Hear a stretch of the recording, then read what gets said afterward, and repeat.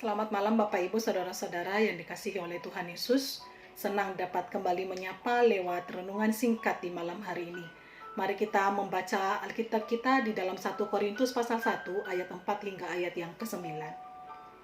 Aku senantiasa mengucap syukur kepada Allahku karena kamu atas kasih karunia Allah yang dianugerahkannya kepada kamu dalam Kristus Yesus.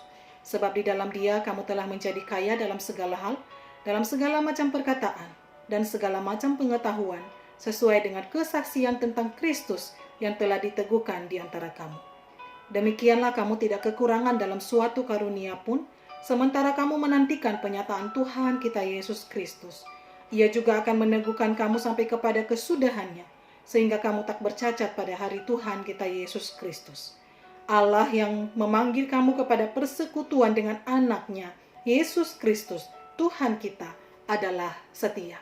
Saudara yang dikasihi oleh Tuhan Yesus, surat ini ditulis oleh Paulus kepada jemaat di Korintus. Paulus berkata bahwa ia senantiasa mengucap syukur kepada Allah. Padahal kita tahu bersama bahwa jemaat Korintus bukanlah jemaat ideal. Banyak masalah yang terjadi di dalam jemaat ini.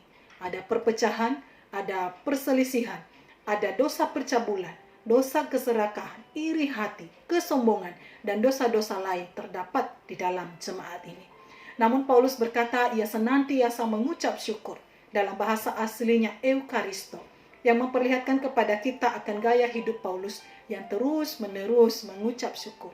Bukan karena jemaat di Korintus yang menyukakan hatinya, justru jemaat Korintus pada saat itu sedang mendukakan hati Paulus. Namun karena kasih karunia yang telah Allah anugerahkan di dalam Yesus Kristus kepada jemaat Korintus, itulah yang menjadi landasan Paulus untuk mengucap syukur kepada Allah. Kapan terakhir kali saudara menaikkan syukur atas kasih karunia Allah yang telah kita terima di dalam Yesus Kristus? Maukah kita seperti Paulus yang menjadikan ucapan syukur itu sebagai gaya hidupnya setiap hari? Mari melandaskan ucapan syukur kita di atas fondasi yang kokoh, yaitu di atas kasih karunia yang telah kita terima.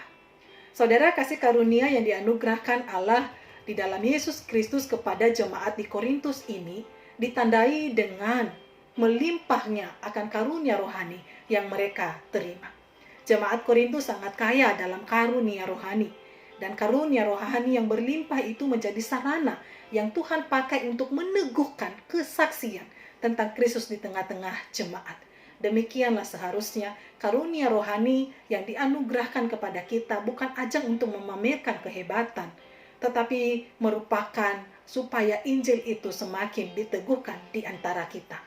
Karunia rohani itu begitu melimpah sehingga jemaat Korintus tidak kekurangan suatu karunia pun, sementara mereka menantikan penyataan Tuhan kita Yesus Kristus. Di dalam ayat 7, Paulus hendak mengingatkan kepada jemaat Korintus untuk tidak fokus kepada karunia rohani yang mereka miliki. Paulus mengarahkan mereka kepada pengharapan eskatologis akan masa di mana Yesus menyatakan dirinya.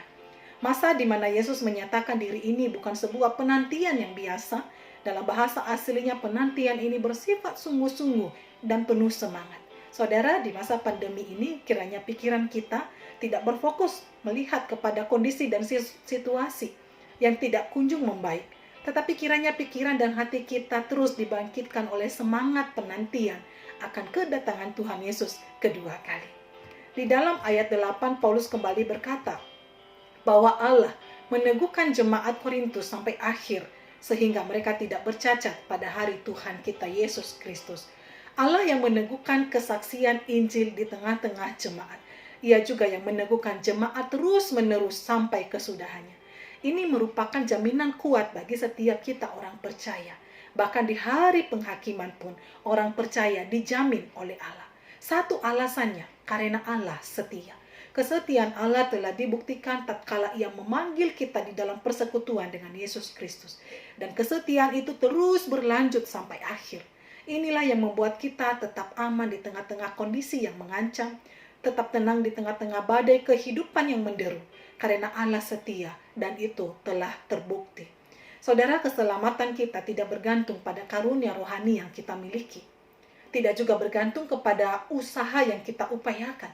Tetapi keselamatan kita berada di tangan kepemilikan Allah. Yesus Kristus berkata Bapakku yang memberikan mereka kepadaku lebih besar daripada siapapun, dan seorang pun tidak dapat merebut mereka dari tangan Bapa. Seorang pun tidak dapat merebut kita dari tangan Bapa. Paulus berkata, sebab aku yakin bahwa baik maut, baik hidup, baik malaikat-malaikat, maupun pemerintah-pemerintah, baik yang ada sekarang maupun yang akan datang, atau kuasa-kuasa, baik yang di atas maupun yang di bawah, ataupun sesuatu makhluk lain, tidak akan dapat memisahkan kita dari kasih Allah yang ada di dalam Yesus Kristus Tuhan kita. Status, posisi, kita aman di dalam tangan Tuhan. Selamat malam saudara-saudara. Mari terus mengalami tangan Allah yang memegang hidup kita. Tuhan Yesus memberkati.